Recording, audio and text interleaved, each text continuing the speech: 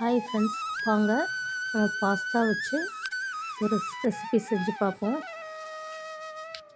பாத்திரத்தை எடுத்து அடுப்பில் வச்சு நம்ம தண்ணி தேவையான அளவுக்கு 1 கப்பு பாஸ்தா போடுற மாதிரி இருந்தோன்னா 2 கப்பு தண்ணி ஊற்றி நல்லா கொதிக்க வச்சுக்கோங்க.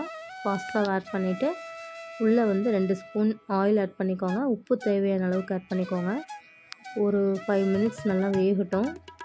ஒரு 80% குக் ஆகணும். ஒரு 80% குக் ஆனதுக்கப்புறம் எடுத்து பார்த்திங்கனாவே உங்களுக்கு தெரியும். லைட்டாக ப்ரெஸ் பண்ணிங்கன்னா கொஞ்சம் வெந்திருக்க மாதிரி ஒரு ஃபீல் இருக்கும். அந்த டைமில் நம்ம அடுப்பு ஆஃப் பண்ணிக்கலாம். தண்ணியிலேருந்து பாஸ்தாவை எடுத்து வடிச்சிக்கலாம். வடித்து வச்சுட்டு திருப்பி நார்மல் வாட்டர் ஊற்றி அதில் ஒரு அலசி எடுத்து நம்ம தனியாக வச்சிடலாம். நம்ம எண்ணெய் முன்னாடியே கொஞ்சம் 2 ஸ்பூன் ஊற்றிருக்கோம். ஒன்றோடு ஒன்று ஒட்டாமல் வர்றதுக்காக தான் எண்ணெய் ஊற்றிருக்கோம். இப்போ வடித்து ரெடியாக எடுத்து வச்சுக்கலாம்.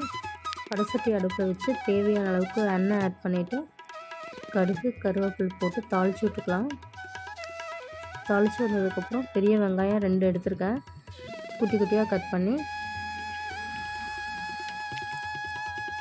ஆட் பண்ணிக்கிறேன். அதையும் நல்லா வதக்கி விட்டுக்கலாம். ஆயிலில் மீடியம் ஃப்ளேமில் வச்சு வெங்காயத்தை வதக்கி விட்டுக்கோங்க. கண்ணாடி பதம் வர வரைக்கும் நல்லா வெங்காயத்தை வதக்கி விட்டுக்கலாம். கொஞ்சம் இஞ்சி பூண்டு பேஸ்ட் 1 ஸ்பூன் ஆட் பண்ணிக்கலாம். இந்த டைமில் அதுவும் பச்சை வாசனை போக வரைக்கும் நல்லா வதக்கி விட்டுக்கலாம்.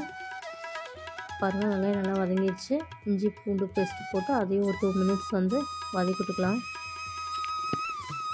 2 மினிட்ஸ் வதக்கி விட்டுட்டு தக்காளி 2 எடுத்து கட் பண்ணி பேஸ்ட் ரெடி பண்ணி வச்சுருக்கேன். அந்த பேஸ்ட்டையும் நம்ம ஆட் பண்ணிக்கலாம். தக்காளி பச்சை வாசனை போக வரைக்கும் அதையும் 2 மினிட்ஸ் வதக்கி விட்டுக்கலாம். இந்த டைமில் உங்களுக்கு சுகர் வேணும்னா நீங்கள் ஆட் பண்ணிக்கலாம். நான் போடலை. சுகர் ஆட் பண்ணி நல்லா மிக்ஸ் பண்ணி விட்டுக்கலாம். நம்ம வீட்டில் இருக்கக்கூடிய பொருளை வச்சு தான் நம்ம பாஸ்தா செய்ய போகிறோம். நான் வாங்கலை. நீங்கள் தேவைன்னா சாஸு கெச்சப்பு இதெல்லாம் யூஸ் பண்ணிக்கலாம். நான் அது எதுவுமே போடலை. இந்த டைமில் மசால் தூள்லாம் ஆட் பண்ணிக்கிறேன். கொஞ்சம் கறி மசால் தூள், கொஞ்சம் கொத்தமல்லி தூள், கொஞ்சம் குழம்பு மிளகாய் தூள், வீட்டில் ரெடி பண்ணி வச்சுருக்க குழம்பு மிளகாய் தூள், இதை மட்டும் தான் நான் ஆட் பண்ணியிருக்கேன். ஆட் பண்ணி அதுவும் பச்சை வாசனை போக வரைக்கும் நல்லா மிக்ஸ் பண்ணி விட்டுக்கலாம். பாருங்கள், ஒரு 2 நிமிஷம் வதக்கி விட்டோம்னா எண்ணெய் பிரிஞ்சு லைட்டாக மேலே வரும். இந்த டைமுக்கு நம்ம ரெடி பண்ணி வச்சுருக்கிற பாஸ்தாவை எடுத்து போட்டுக்கலாம். இப்போ பாருங்கள், ஒன்றோடு ஒன்று ஒட்டாமல் இருக்குது பாஸ்தா. நல்லா மிக்ஸ் பண்ணி விட்டுக்கலாம். இப்போ ஒரு 2 மினிட்ஸ் நல்லா வேகட்டும். ஏன்னா நம்ம 80% தான் குக் பண்ணி எடுத்துருக்கோம். இந்த மசாலாலாம் இறங்கி அதில் வெந்துச்சுன்னா தான் நல்லாயிருக்கும். 95% குக் ஆகணும். ஒரு 2 மினிட்ஸ் விட்டுலாம். ஓரளவுக்கு குக் ஆகட்டும். உப்புலாம் செக் பண்ணிக்கோங்க. உப்பு காரம்லாம் எப்படி இருக்குதுன்னு பார்த்துட்டு அதுக்கு தகுந்த மாதிரி நீங்கள் ஆட் பண்ணிக்கோங்க. ஏன்னா நம்ம அதுக்கு ஃபஸ்ட்டு போட்டோம், மறுபடியும் நம்ம உப்பு ஆட் பண்ணவே இல்லை. இப்போ போட்டு அதையும் மிக்ஸ் பண்ணி விட்டுக்கலாம். ஒரு 2 மினிட்ஸ் வேகட்டும். வெந்ததுக்கப்புறம் கொத்தமல்லி கருவேப்பிலை போட்டு நம்ம ஆஃப் பண்ணிடலாம். ஃப்ரெண்ட்ஸ், ஒரு டைம் செஞ்சு பாருங்கள்.